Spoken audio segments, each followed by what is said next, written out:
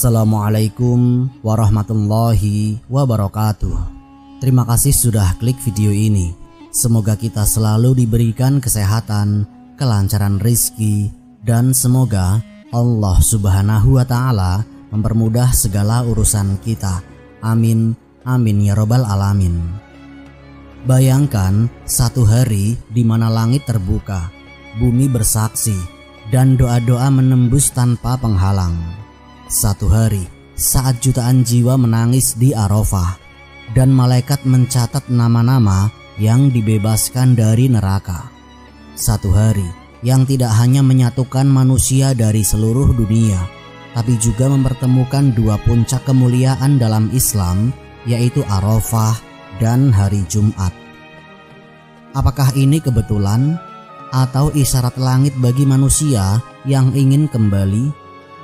Ikuti kisah yang menggugah ini tentang sejarah, tentang rahasia, dan tentang keagungan spiritual yang hanya terjadi sekali dalam beberapa tahun, tapi bisa mengubah selamanya.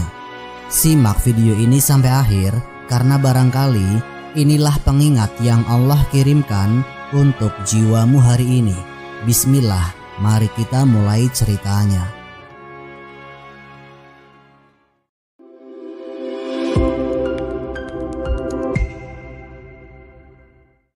Ketika waktu dan tempat mulia bertemu.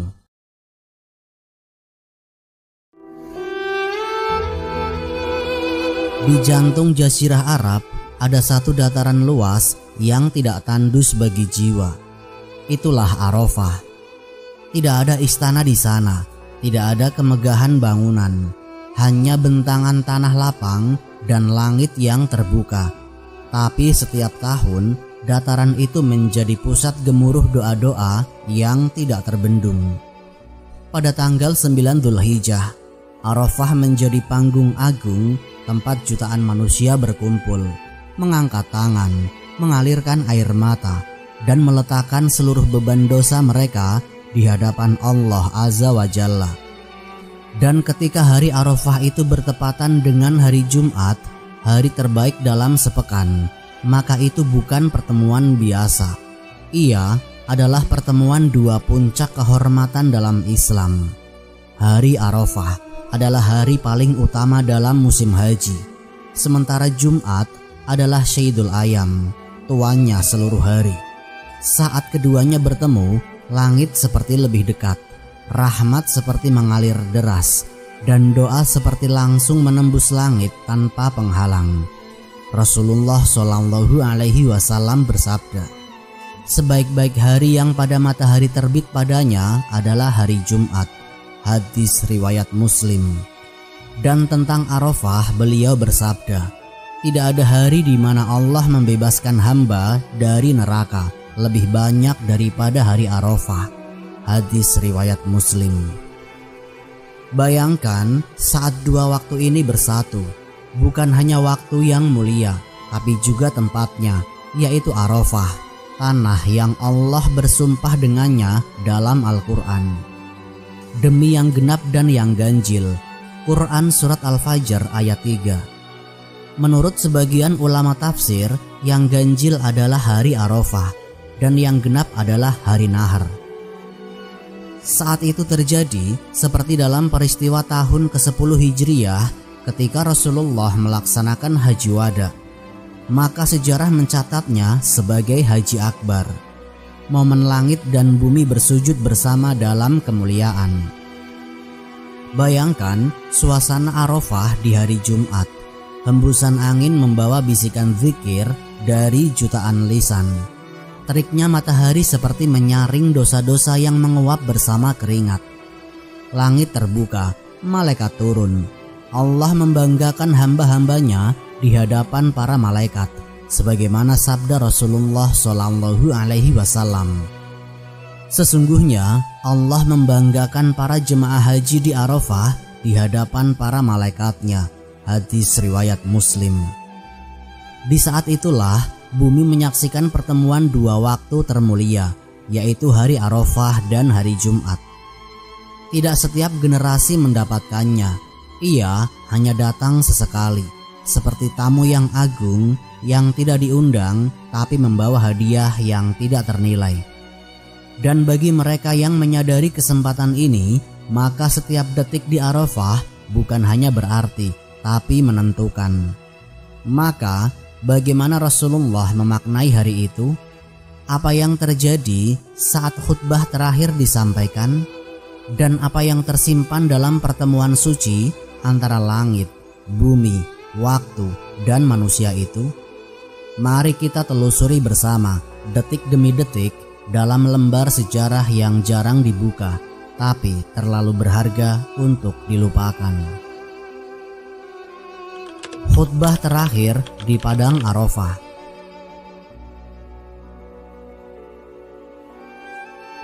Hari itu, langit Arafah terasa lebih dalam dari biasanya. Terik menyengat, tapi tidak ada yang bergeming.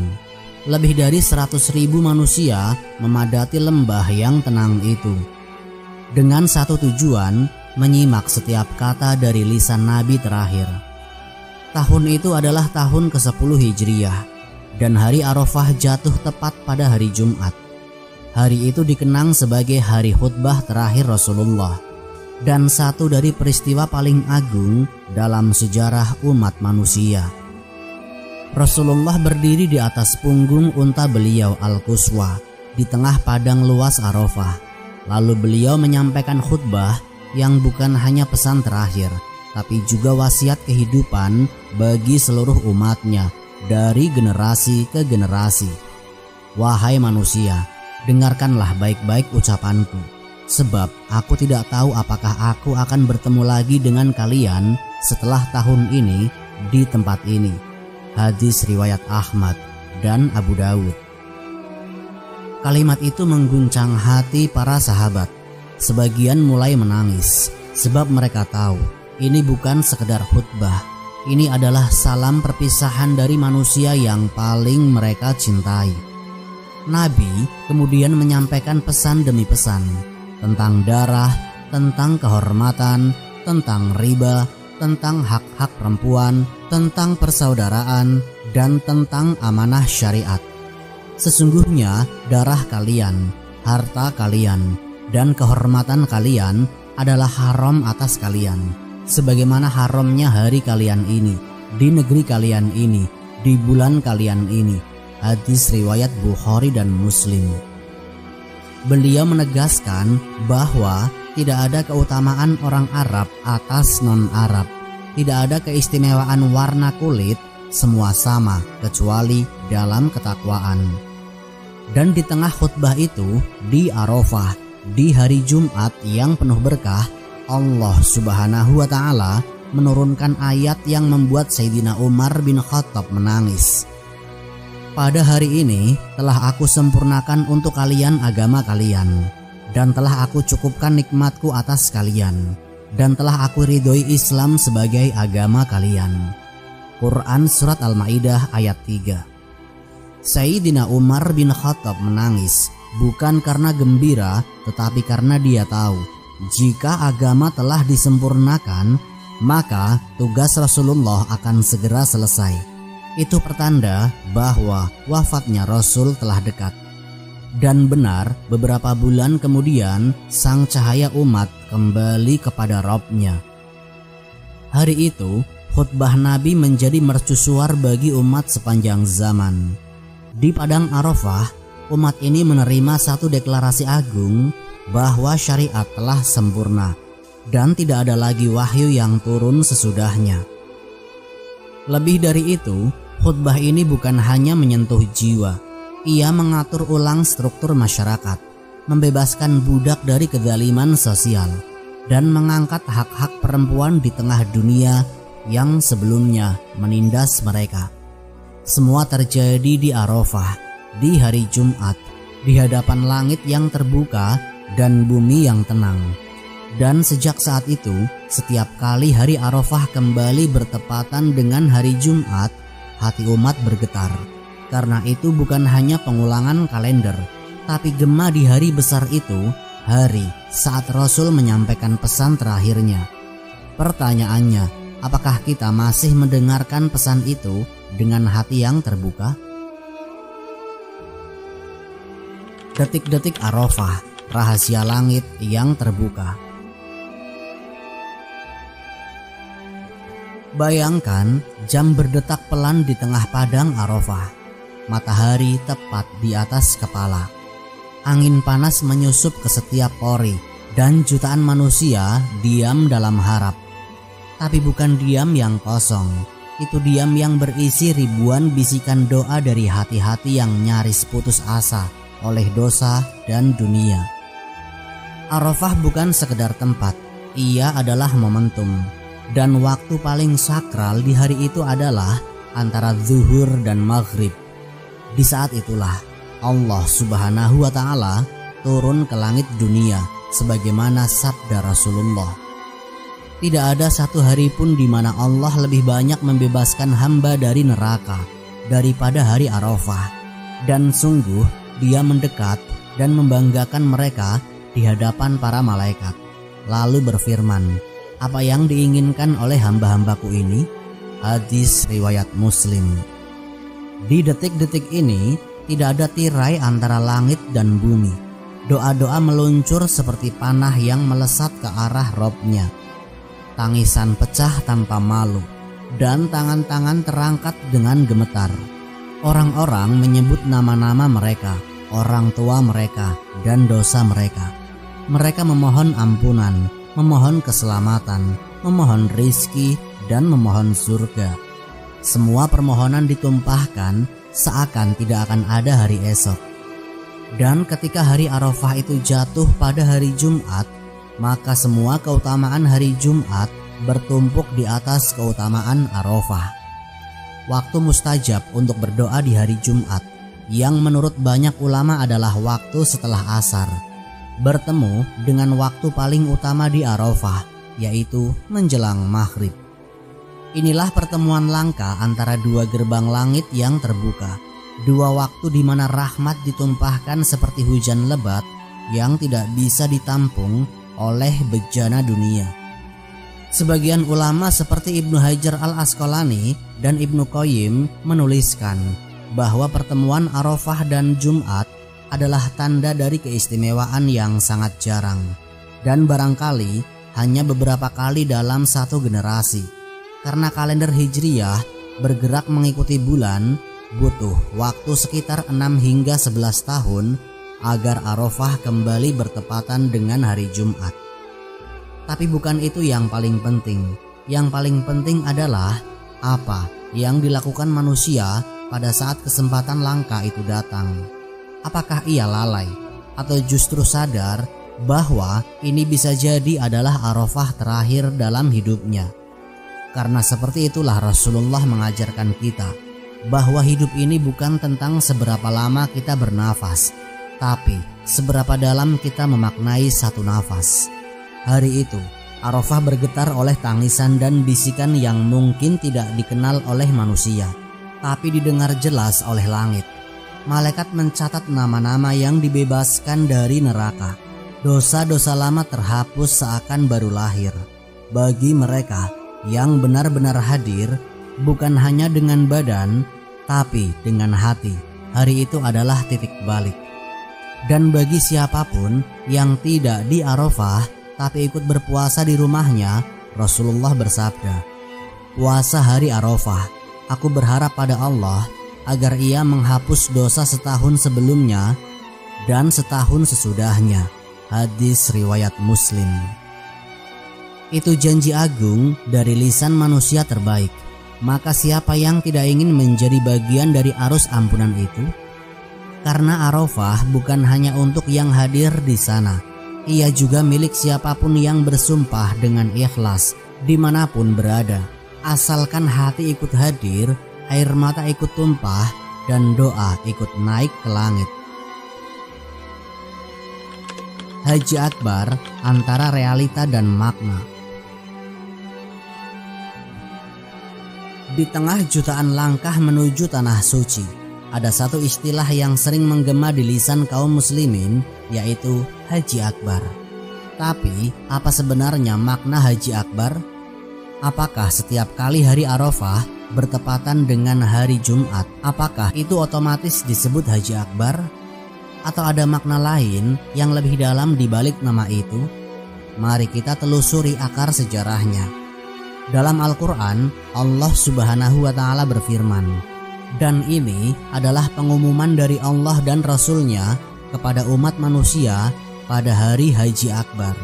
Quran Surat At-Taubah ayat 3. Menurut mayoritas ulama tafsir seperti Ibnu Katsir dan Al-Qurtubi, yang dimaksud Haji Akbar di ayat ini adalah hari Nahar, yaitu tanggal 10 Dzulhijjah, hari penyembelihan kurban. Tapi mengapa disebut Akbar yang berarti lebih besar atau paling agung? Karena pada hari itu berkumpul 4 ibadah sekaligus, yaitu tawaf, sa'i, penyembelihan hewan kurban, dan melempar jumroh. Inilah puncak ibadah haji, hari paling padat, paling sibuk, paling bermakna dalam seluruh rangkaian manasik. Maka ia disebut Haji Akbar sebagai bentuk penegasan atas keagungannya. Namun dalam praktik dan pemahaman masyarakat, istilah Haji Akbar sering dikaitkan dengan momen ketika hari Arafah jatuh pada hari Jumat. Ini karena jarangnya kejadian tersebut dan karena nilai spiritual yang begitu dahsyat saat 2 hari paling mulia dalam Islam bertemu. Disinilah terjadi pencampuran antara istilah syar'i dan makna populer. Haji Akbar dalam pengertian fikih adalah haji yang dilakukan pada tahun Rasulullah menyampaikan ayat di atas. Tapi Haji Akbar dalam rasa umat adalah saat waktu dan tempat mulia bertabrakan dalam satu titik takdir. Dan memang ketika Arafah jatuh di hari Jumat, dampak ruhiyahnya luar biasa. Para ulama seperti Ibnu Rajab dan As-Suyuti menuliskan bahwa keutamaan yang terkumpul saat itu adalah gabungan dari keutamaan Jumat, keutamaan Arafah, dan keutamaan berada di tanah haram. Bagi mereka yang sadar, itu seperti menyentuh ujung surga sebelum waktunya. Dan sejarah mencatat, Rasulullah sendiri wukuf di Arafah pada hari Jumat. Hari itu menjadi satu-satunya haji beliau sepanjang hidupnya. Beliau sampaikan khutbah terakhir, wahyu terakhir tentang kesempurnaan agama, dan beliau tinggalkan wasiat-wasiat paling mendalam bagi umat. Tidak heran ketika fenomena ini terulang, umat menyebutnya Haji Akbar, meski istilah itu tidak sepenuhnya identik secara syar'i. Namun yang lebih penting dari nama adalah makna, karena keagungan ibadah bukan pada labelnya, tapi pada kualitas takwa pelakunya. Bisa jadi seseorang berhaji pada hari Arafah yang jatuh di hari Jumat, tetapi ia lalai, tergesa, sibuk dengan logistik, dan hatinya kosong. Maka yang ia dapat hanyalah kelelahan. Sebaliknya, ada pula yang berhaji di tahun biasa, tapi ia hadir sepenuh jiwa, ia menangis, berdoa, bertaubat, menahan diri dari amanah dan riya, maka ia pulang seputih bayi yang baru dilahirkan. Inilah pesan tersembunyi di balik istilah Haji Akbar, bukan tentang kalender, tapi tentang kesungguhan. Karena di akhirat kelak Allah tidak bertanya, hajimu jatuh pada hari apa, tapi seperti apa kau hadir di hadapanku saat itu. Pelajaran dan hikmah dari pertemuan langit dan bumi. Saat Arafah bertepatan dengan hari Jumat, itu bukan sekedar tabrakan kalender. Itu adalah momen langka, pertemuan 2 puncak spiritual umat Islam. Hari paling utama dalam minggu dan hari paling utama dalam setahun. Dan ketika keduanya bertemu di satu titik ruang dan waktu, maka jiwa yang sadar akan merasakan seolah langit dan bumi saling membuka untuk mengundang ampunan dan rahmat. Tapi apa pelajaran terdalam dari semua ini? 1. Tawadhu di puncak ibadah. Padang Arafah mengajarkan satu hal yang tidak bisa dibantah, yaitu semua manusia setara di hadapan Allah. Tidak ada pangkat, tidak ada gelar, tidak ada kekayaan yang dibawa. Semuanya mengenakan 2 helai kain putih, berdiri, duduk, menangis, dan memohon. hari Jumat menegaskan pesan yang sama. Saat para hamba berkumpul tanpa perbedaan untuk menyimak khutbah dan mengingat Allah. Ini pelajaran tentang kerendahan hati, bahwa siapapun kita di hadapan Allah, kita hanya hamba yang meminta. Kedua, kejar waktu mustajab, jangan tunda taubat. Salah satu hikmah terbesar dari pertemuan Arafah dan Jumat adalah kejar-kejaran dengan waktu-waktu yang terbuka untuk dikabulkan doa. Jika Allah memberi kesempatan langka, jangan ditunda, karena kita tidak pernah tahu apakah tahun depan kita masih akan diberi umur atau bahkan diberi hidayah untuk berdoa. Satu pintu langit terbuka, jangan menatapnya dari jauh, masuklah, bersimpuhlah. Ketiga, kesempurnaan agama, sempurnakan diri. Hari Arafah di tahun Wada bukan hanya hari wukuf. Ia adalah hari turunnya ayat kesempurnaan agama. Maka setiap kali Arafah datang, terutama jika jatuh di hari Jumat, seolah Allah mengingatkan, agamamu sudah sempurna. Tinggal engkau, apakah engkau akan menyempurnakan dirimu atau tetap bertahan dalam kebiasaan lama? Ini bukan perintah untuk jadi sempurna, tapi ajakan untuk terus melangkah lebih baik. Yang keempat, haji akbar sejati adalah perubahan. Sekalipun engkau tidak sempat ke Arafah atau tidak mengalami pertemuan Arafah dan Jumat, engkau tetap bisa mendapatkan haji akbarmu sendiri. Haji akbar yang sejati adalah saat kau pulang sebagai manusia baru, saat dadamu terasa ringan karena dosa diampuni, saat lidahmu lebih jujur, matamu lebih terjaga, hatimu lebih lembut. Inilah haji yang diterima. Rasulullah bersabda, barang siapa berhaji dan tidak berkata keji serta tidak berbuat fasik, maka ia pulang seperti hari dilahirkan oleh ibunya. Hadis riwayat Bukhari dan Muslim.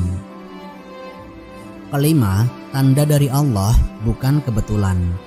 Arafah di hari Jumat adalah kejadian langka, tapi dalam pandangan orang beriman tidak ada yang kebetulan. Ini adalah sinyal dari langit bahwa Allah sedang membuka pintu-pintunya dengan sangat lebar. Maka jika engkau hidup pada momen itu dan engkau tetap lalai, maka engkau bukan sedang kehilangan waktu, engkau sedang menutup matamu dari cahaya. Arafah dan Jumat, satu seperti lembah sunyi yang mendidik hati, satu seperti mercusuar yang menyinari minggu.